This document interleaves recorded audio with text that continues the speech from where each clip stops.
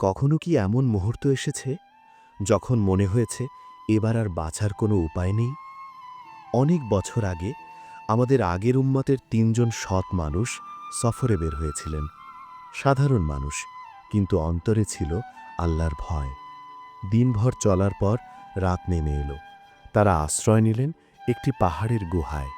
হঠাৎ পাহাড় থেকে বিশাল একটি পাথর গড়িয়ে এসে গুহার মুখ পুরোপুরি বন্ধ করে দিল। চারদিকে অন্ধকার, বাইরে যাওয়ার কোনো পথ নেই।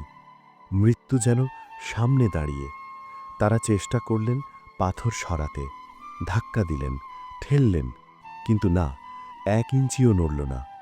তখন তাদের একজন কাঁপা কণ্ঠে বললেন, আমাদেরকে এখন একমাত্র আল্লাহই বাঁচাতে পারেন।